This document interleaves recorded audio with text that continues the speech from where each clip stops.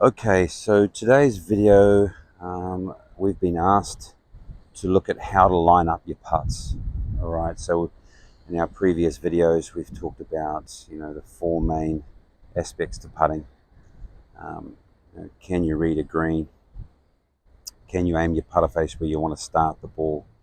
Can you return that putter face back to where you want to start the ball? And can you control pace? In our first video, we did some drills from a 30-foot putt with a marker that was 6 feet in front of us, and we were trying to hit the ball on line to start with, and then putt within a 3-foot circle from the hole. The next video we did was putting from 3 foot in, and we said that was for success, and certainly a good putting drill. Combined, those two are really good combined. But so how do we line the putter face up to make sure that the body's square? Now that's an interesting question. We've been asked that a few times actually. There's a number of things that we need to address here. Firstly, which lines do you see? Now you can see our zero putter here is designed with the vertical line on top and then the horizontal lines on the wings here. And there's a reason for that. We need to find out what your eyes see the best, which is the most dominant line for you, and then we blank out the ones that don't work. Now for me, I see the top vertical line, so I should have these blanked out, but I leave those lines on for the sake of these videos. All right. Okay, so we'll go into that in another video and how to figure out which lines suit you the best. But especially if you're using our holding system, and this is a very important key, when you've got the palms up, all right, you've got very little mobility in the hands and arms, so it's very hard for you to work the putter face offline. So when I hold this putter up straight here, you can see the putter face is just pointing towards the sky. All right. Now, here's a couple of tricks to this, and it's not rocket science, this one. This one's pretty straightforward and easy. Okay, so we go palms up, extend and bend. And what I like to do here is I like to get the top line of the putter. Now, if you don't have a white line on the top here, that doesn't matter. You can just use the putter face. And I like to stick that right between my 2 feet, right in this point here. Okay, now my toes are pointing towards the ball. I got my ball opposite my target foot, so my line's right between my 2 feet, and then all I do is adjust my feet to move the putter face. So if I want to aim towards this arrow, I keep my feet pointing towards the ball, I keep the top line between my 2 feet, and I keep moving around until I feel that the putter face is aiming towards its target.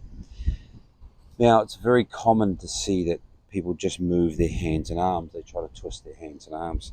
Now, if you're holding it traditionally with this reverse overlap, that's very easy to do. You've got all that joint mobility and it's not a problem. Okay, you can hit the putter out here if you want to. But with our holding system, unfortunately, the arc for the putter has been created through this thoracic rotation. And because of the reduced mobility in the hands and arms, then that putter face is going to stay perpendicular to that arc, and you can see what's going on up here as I stand up. So, I mean, if you try to move the putter face on the hands and arms, you're either going to do it by twisting the body or moving the hands and arms. And unfortunately for you, the putter face is going to come back to its original position anyway. So, for example, if I want to aim at this arrow, but I'm aiming in the wrong direction, and I try to move the putter face like this, even if I try to move the putter face out, it's going to return back to the original line. So, for our holding system, it's important to move the feet to move the putter face. Okay, so palms up, extend and bend. And if I don't like where that putter face is aiming, if I want to move it to this arrow, then I must move my feet. Okay, there, keeping the club face, that top vertical line between my feet, and that makes sure the putter face is square to my body. Okay, now when I step 30% with the target foot and 70 with the rear. That places the ball target side of center. Okay, alrighty, the weight is 50-50, and I'm keeping my nose in the middle of my feet. Alrighty, bang, just like so. Now again, we're using the feet to line up the putter face.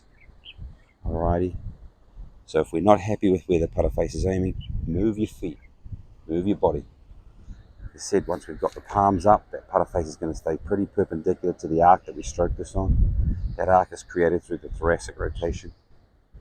So we use our toes, and our toes will allocate the body line. So if I've got my feet together, the toes are pointing forward, so my knees, hips and shoulders are all running parallel to my toe line. Okay, now that's another one we need to explain. That doesn't necessarily mean if I stagger my feet that my body's open. It's not the case at all. It's when we turn the toes left or right of our target line that it changes our body line. Let me give you an example of that.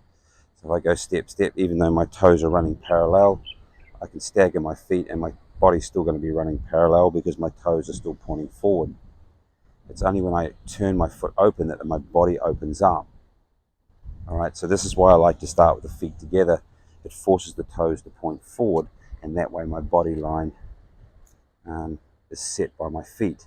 So then I can just use my feet to change my putter face's line.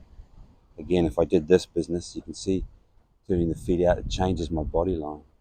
Okay, so feet together, get that club face online first by adjusting the feet. Once you're happy that the putter face is online, then we're going to go step, step, boom, boom. Okay, so that's the order we do it in. Do your holding system first, palms up, extend and bend. Aim your putter face by moving your feet. Once your putter face is online, 30-70, keep the weight 50-50, nose in the middle of the feet, and away you go.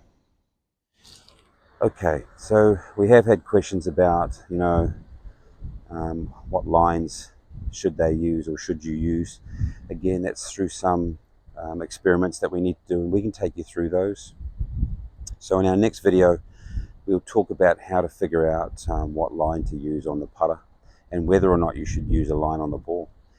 That'll be an interesting one. So we look forward to hearing more of your comments, and keep those questions coming. We'll keep the videos going for you to answer your questions.